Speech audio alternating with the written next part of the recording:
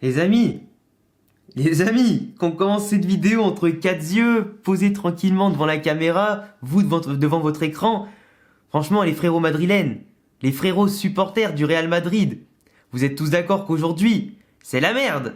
Concrètement, et franchement, déjà, laissez-moi boire un petit coup d'eau, parce que je pense que là, il y a des choses à dire, et je pense que là, vous voyez, je suis écœuré, tu vois. Putain. Tu vois, même mon eau, frérot, même mon eau, elle est dégueulasse. Tellement, tu vois, tellement je suis écœuré, tellement je suis dégoûté. J'ai l'impression que tout ce que je mange maintenant, c'est fade, que tout ce que je bois, c'est dégueulasse. Parce que ma bouche, en ce moment, et même mon esprit, il est empli de seum, tu vois. Il est empli de seum, de frustration et de dégoût. Mais c'est incroyable. Cette saison, entre blessures et Covid, mais j'ai l'impression que ça s'arrête pas en fait. Entre les problèmes d'erreur d'arbitrage, les buts refusés, les fois des buts hors jeu, des buts qu'on prend avec des fautes bidons. Enfin tu vois, il y a plein de choses, plein de faits de jeu, des pénaltys pas sifflés pour nous, des vieux pénaltys sifflés contre nous, des matchs qu'on devait gagner, qu'on a fait match nul ou qu'on a perdu. Enfin, plein de trucs comme ça. Et encore plus là aujourd'hui, dans une semaine décisive en tout cas pour notre saison, qui peut nous propulser en demi-finale de Ligue des Champions et potentiellement nous propulser pour aller chercher la Ligue des Champions, parce que moi j'y crois à 100% pour aller la gagner cette saison, et encore plus si on passe Liverpool aujourd'hui, et du coup la semaine prochaine, et encore plus par rapport au fait aussi qu'en Liga, on doit affronter le Barça samedi pour le Classico, qui si on le gagne, du coup on passe devant le Barça et on colle au cul l'Atlético Madrid qui est juste à 3 points de nous et donc forcément à portée de tir avec encore le Barça à jouer et des gros matchs aussi à jouer. Donc moi pour l'instant cette saison je vous le dis, dès le début de la vidéo malgré tout, le titre en Liga et en Ligue des Champions, j'y crois à 100% les amis, j'y crois à 10 000%, parce que je suis un vrai supporter du Real Madrid, que je crois autant en titulaire qu'en remplaçant, il n'y a pas de problème là-dessus. Mais on va pas se mentir, en Ligue des Champions quand même, à ce niveau de jeu là, quand tu affrontes un adversaire comme Liverpool qui est pour moi aujourd'hui plus une bête blessée que les gros guerriers qu'ils étaient avant du coup donc en 2018, parce que pour moi aujourd'hui Liverpool c'est une équipe qui revient en forme quand même en première ligue, qui gagne tous ses matchs, qui a retrouvé l'efficacité offensive et la solidité défensive malgré les blessures, les absences etc.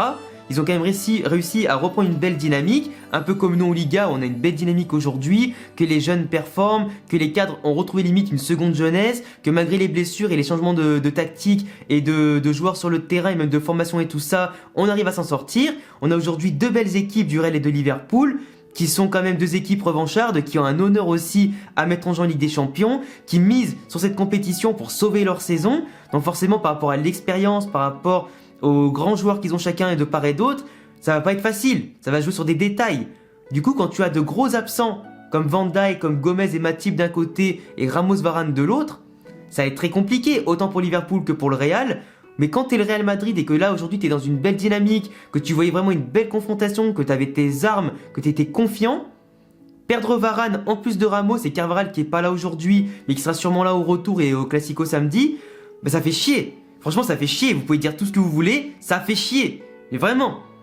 Genre, c'est pas parce qu'en face, ils ont pas leurs défenseurs centraux titulaires que nous, on devait se priver de les avoir. Tu vois ce que je veux dire? Même si, bien évidemment, c'est pas la faute des joueurs, c'est pas la faute du club, ça peut arriver à n'importe qui.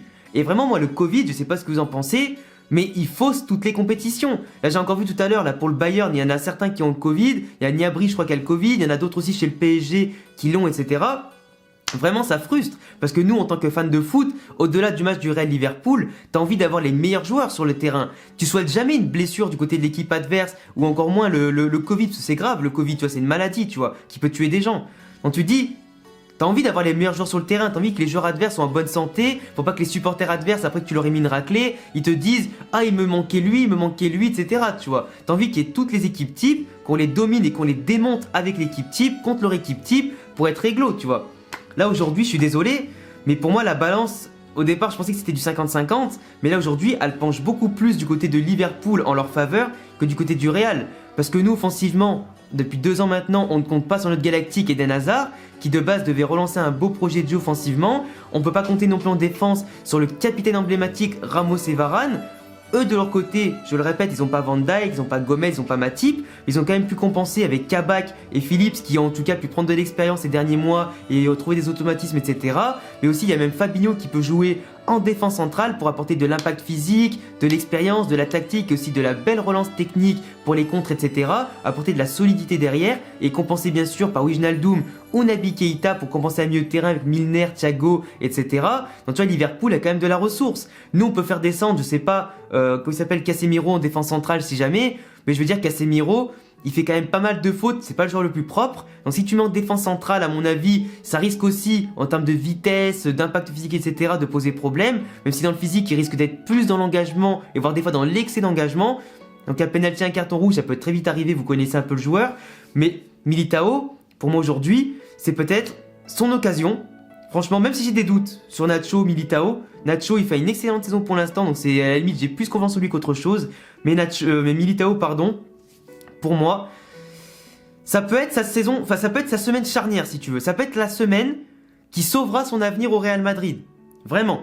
Et je vous le dis, si Militao aujourd'hui, malgré son manque de rythme et de répétition dans les matchs, de régularité dans les matchs, il nous sort 3 masterclass de suite contre Liverpool et le Barça, il n'y aura rien à dire. Là, il aura sauvé son truc. On pourra vendre au pire Varane cet été s'il prolonge pas pour au moins récupérer un peu d'argent pour financer, je sais pas, l'arrivée d'Alaba ou de Pau Torres ou de Koundé ou n'importe qui. Ou peut-être mettre cet argent sur un attaquant et du coup prendre un merdeux du Castilla, le faire monter pour compenser le départ de Varane. Si Ramos reste en plus de ça. Mais vraiment, c'est compliqué. C'est très très compliqué. Moi, franchement, j'y crois moyen. Je vous le dis, j'y crois moyen à 3 masterclass de Militao. Il y aura forcément un match ou deux où il va passer à travers, faire un carton rouge, un penalty ou un truc comme ça, ou faire une bourde au niveau tactique, il va pousser peut-être Nacho ou Vasquez ou Mendy à faire une autre faute, etc. Ça va être compliqué. Franchement, ça va être compliqué. Ça nique aussi un peu les plans de Zinedine Zidane, qui je pense avait peut-être prévu ce soir de faire un 3-5-2 contre Liverpool, avec Mendy, Varane, Nacho en 3 défenseurs, Marcelo, comme il est très bon en rôle de piston gauche, et Vasquez à droite, autant que Carvajal prenne cette place-là en revenant de blessure et qu'il reprenne du rythme. Donc tu vois, ça va peut-être déjà, à partir de ce niveau-là, niquer un peu le programme. Parce que je pense que contre le Barça samedi, il voulait faire comme au match aller en Liga, c'est-à-dire jouer à 4 milieux de terrain avec Valverde en plus de Modric, Kroos, Casemiro.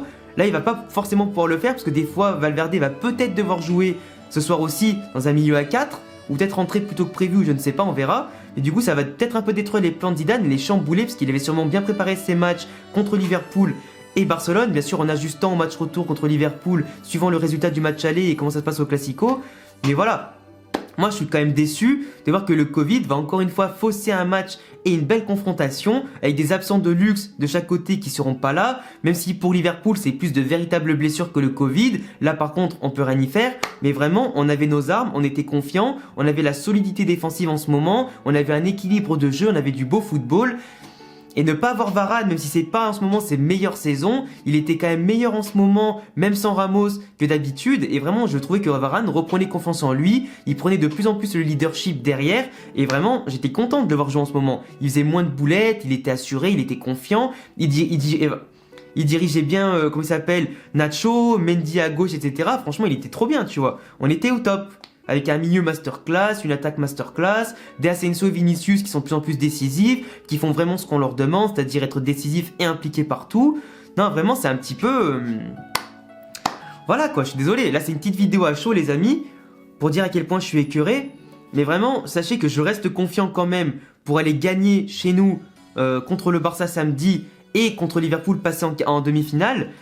Mais ça va être moins simple que prévu. De base, c'était pas simple, j'imaginais un 50-50% de chance. Là, pour moi, c'est vraiment du 60-40 pour Liverpool. Vraiment. Parce que même si eux, je le répète, ils ont des absents en défense, nous derrière, on en a aussi, et je pense des absences plus importantes qui sont difficilement compensables. Du coup, moins compensables que eux qui ont investi derrière pour compenser, tu vois. Donc voilà. Je sais pas ce que vous en pensez, les amis. En tout cas, c'était une petite vidéo pour ce soir, hein, pour vous faire un petit peu un avant-match. Tactiquement, je pense que 3-5-2 ou 4-4-2 avec Valverde ou 3-5-2 avec Marcelo. On verra bien comment ça va se passer. J'espère vraiment que le Real Madrid fera un excellent match dans l'engagement, dans le jeu, au milieu de terrain, en défense, en attaque. Que Courtois sera présent dans la cage pour arrêter les offensives adverses du trio magique en face. Et même de leur remplaçant de luxe, là, Diogo Jota qui marque tout le temps début en étant remplaçant. Donc j'espère vraiment qu'on aura le droit à une masterclass ce soir les amis. Soyons confiants malgré tout. Dites-moi dans les commentaires ce que vous pensez de la future tactique. Ça sera 3-5-2, 4-4-2, 4-3-3. Si vous pensez que Militao va faire des masterclass, ça va être la semaine décisive pour lui pour bien lancer sa carrière au Real Madrid. Dites-moi en tout cas tout ce que vous pensez aussi du Covid pour Varane, la blessure de Ramos, comment Zidane en tout cas doit faire préparer son match. Ça va être très compliqué. Je vous souhaite en tout cas une excellente soirée. Abonnez-vous et cochez la cloche et bien sûr suivez-moi sur tous les réseaux. On se retrouve ce soir pour la review du match. À tout à l'heure.